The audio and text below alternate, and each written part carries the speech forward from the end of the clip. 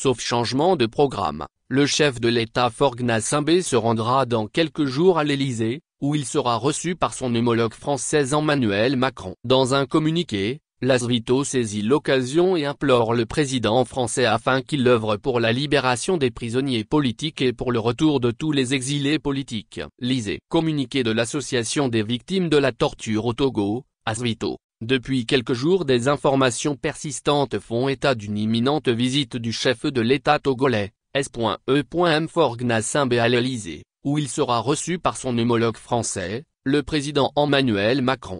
En considérant les valeurs de démocratie et des droits de l'homme qu'incarne le peuple français, Lasvito souhaite vivement que cette rencontre puisse apporter une valeur ajoutée à la gouvernance togolaise pour le bien de ce peuple, car les défis restent énormes notamment en matière sécuritaire, avec la menace djihadiste au Nord Togo, les violations permanentes des droits humains, la corruption et la vie chère contre laquelle, en dépit de la misère perceptible que vivent les populations, les autorités gouvernementales n'ont rien fait de consistant jusqu'à ce jour pour juguler le phénomène.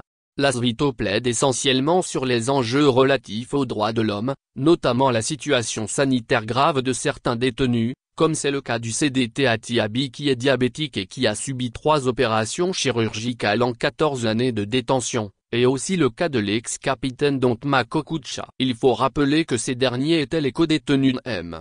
Kpacha Gnassingbé dont la situation s'est améliorée à Libreville au Gabon.